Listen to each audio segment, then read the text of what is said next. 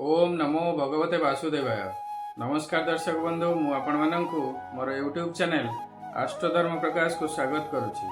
आसंतु जानिबा अगस्त 2025 रे वृष राशि व्यक्ति मानकर समय किपरि जीव। एही मासिक राशिफल चंद्र राशि एवं लग्न राशि उपर आधारित। जदि आपणकर वृष राशि बा वृष लग्न होइथिबो तबे एही मासिक राशिफल आपणक पई उद्दिष्ट।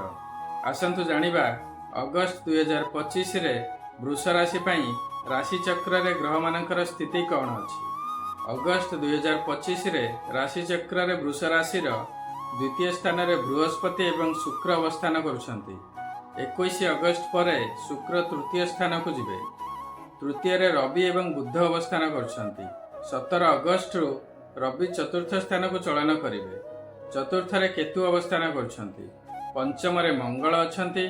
दशम रे राहु अवस्थान करुछंती एवं एकादश रे शनि अवस्थान करुछंती। यह हेउछि अगस्त 2025 रे वृष राशि राशि चक्र रे ग्रह मानकर स्थिति। जदि आपणकर किछि निर्दिष्ट समस्या थाए एवं आपण आपणकर जातकर ज्योतिष शास्त्र सम्मत एनालिसिस करिया को चाहतांती तबे वीडियो रे दिया जाइथिबा नंबर रे जोगाजोग करि परिबे। जदि वर्तमान पर्यंत मो चैनल को सब्सक्राइब करि नांती तबे सब्सक्राइब निश्चय करंतु।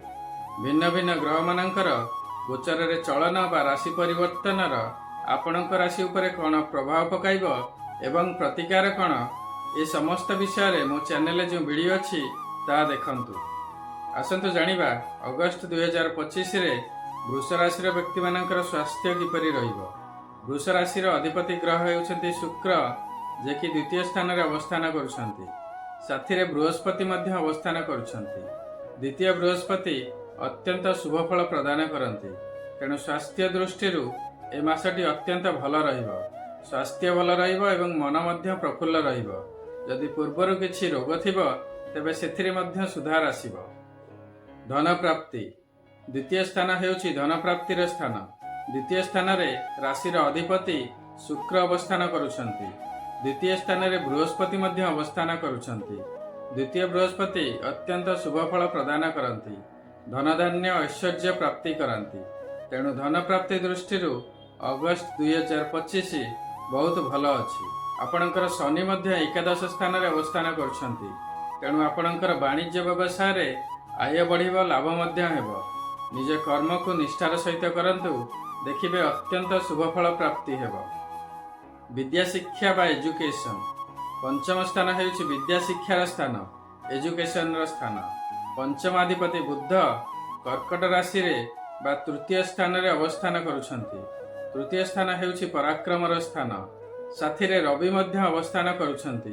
तेणु विद्या शिक्षा दृष्टि ए मास आपणकर बहुत भल रहिबो। जदि किछि टेस्ट बा एग्जामिनेशन थाए तेबे उत्तम प्रदर्शन करिवे। उच्च शिक्षा पई चेष्टा करथिले सेथिरे मध्य कृतकार्य हेबे। संतान वृष राशि व्यक्ति मानकर संतान मानकर मध्य समय अगस्त 2025 रे बहुत भल रहिबो। स्वास्थ्य भल रहिबो। जदि विद्यार्थी होइथिबे तबे विद्या शिक्षा रे उत्तम प्रदर्शन करिवे। पाठ पढ़ारे मन ध्यान देबे। टेस्ट बा एग्जामिनेशन थिले उत्तम प्रदर्शन करिवे। संतान मानक सहित आपणकर संपर्क मध्य भल रहिबो। प्रेम संपर्क बा लव रिलेशनशिप आपणकर पंचमाधिपति बुध तृतीय स्थान रे अवस्थान करुछंती। राशि रे अधिपति शुक्र द्वितीय स्थान रे बृहस्पति सहित अवस्थान करुछंती। तेणु प्रेम संपर्क दृष्टि अगस्त 2025 बहुत भल रहिबो। संपर्क रे मधुरता रहिबो। बुझामणा मध्य ठीक रहिबो। मात्र आपणकर पंचम स्थान रे मंगल रहुथिबारु निजर वचन उपरे कंट्रोल रखिबे, नचेत संपर्क रे तिक्तता आसी पारे।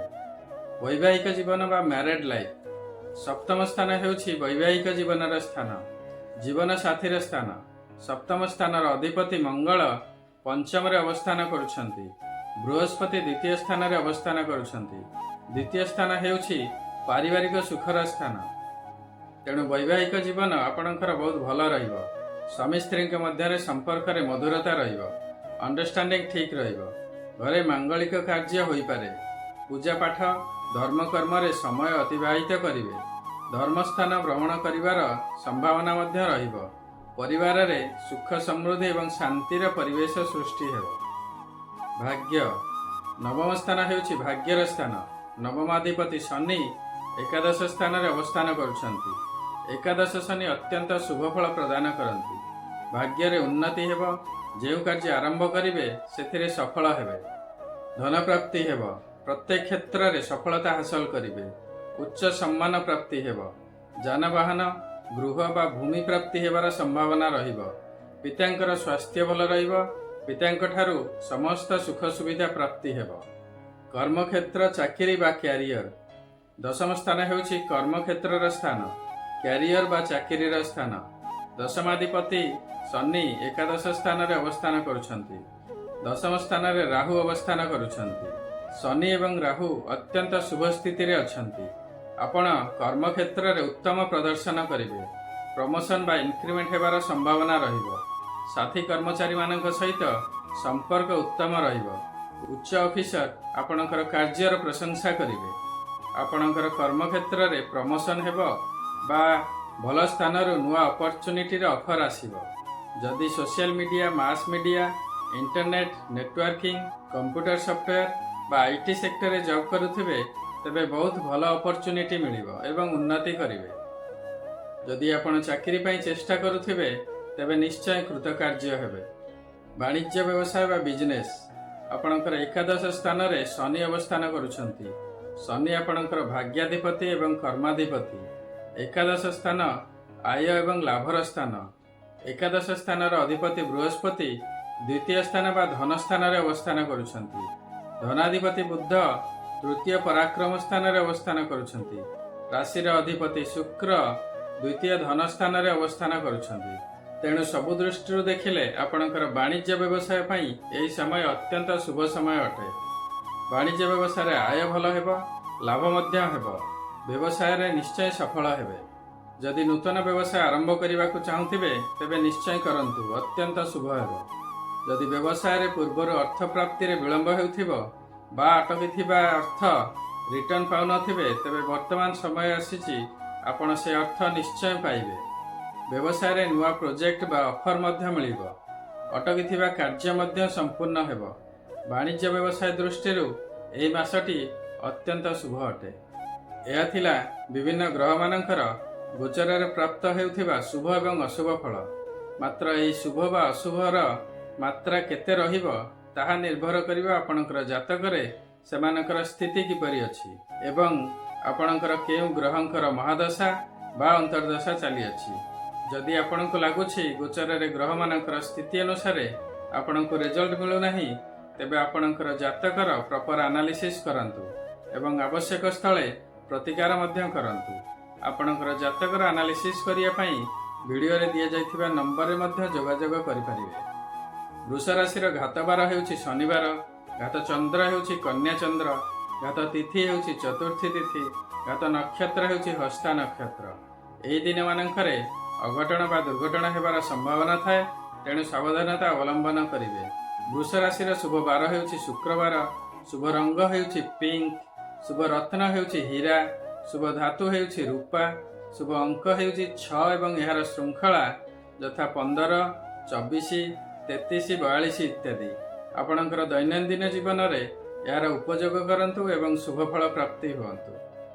ବର୍ତ୍ତମାନ ସମୟରେ ବୃଷ ରାଶି ପାଇଁ ବୃହସ୍ପତି, ଶନି, ରାହୁ ଏବଂ ଅନ୍ୟ ପ୍ରାୟ ସମସ୍ତ ଗ୍ରହ ଶୁଭ ସ୍ଥିତିରେ ଅଛନ୍ତି। ପ୍ରତିକାରର ଆବଶ୍ୟକତା ନାହିଁ, ମାତ୍ର ସେମାନଙ୍କର କୃପା ଆପଣଙ୍କ ପ୍ରତି ସଦାସର୍ବଦା ରହିଥାଉ, ସେଥିପାଇଁ କି କିଛି ଉପାୟ ନିଶ୍ଚୟ କରୁଥାନ୍ତୁ। ଶନିଦେବଙ୍କର କୃପା ପ୍ରାପ୍ତି ପାଇଁ ପ୍ରତ୍ୟେକ ଦିନ ଶନିଙ୍କର ବୀଜ ମନ୍ତ୍ର ଓମ୍ ସମ୍ ଶନିଶ୍ଚରାୟ ନମଃ ଜପ କରନ୍ତୁ। ପ୍ରତ୍ୟେକ ଶନିବାର ଶନି ମନ୍ଦିର ଯାଆନ୍ତୁ ଏବଂ ଶନିଦେବଙ୍କର ପୂଜାର୍ଚ୍ଚନା କରନ୍ତୁ। ରାଶି ତେଲରେ ଦୀପଟିଏ ଅର୍ପଣ କରନ୍ତୁ। କାଉ ଏବଂ ବୁଲା କୁକୁରମାନଙ୍କୁ ପ୍ରତ୍ୟେକ ଦିନ ଖାଇବାକୁ ଦିଅନ୍ତୁ। ଦରିଦ୍ର, ଶ୍ରମଜୀବୀ ଏବଂ ସଫେଇ କର୍ମଚାରୀମାନଙ୍କୁ କଳା ବସ୍ତ୍ର, ଖାଦ୍ୟ, କମ୍ବଳ ଏବଂ ଛତା ଇତ୍ୟାଦି ଦାନ କରନ୍ତୁ। ପ୍ରତ୍ୟେକ ଦିନ ହନୁମାନ ଚାଳିଶା ପାଠ କରନ୍ତୁ। ଶନିଦେବଙ୍କର କୃପା ପ୍ରାପ୍ତି ନିଶ୍ଚୟ ହେବ।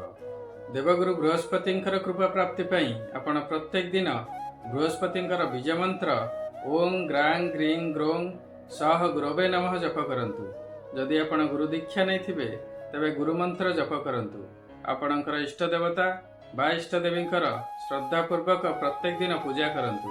प्रत्येक दिन ओम नमः शिवाय जप करंतु एवं प्रत्येक सोमवार शिव मंदिर जातु शिवंकर पूजा अर्चना करंतु। निजर कुल पुरोहित एवं ब्राह्मणक सहित संपर्क भल रखंतु।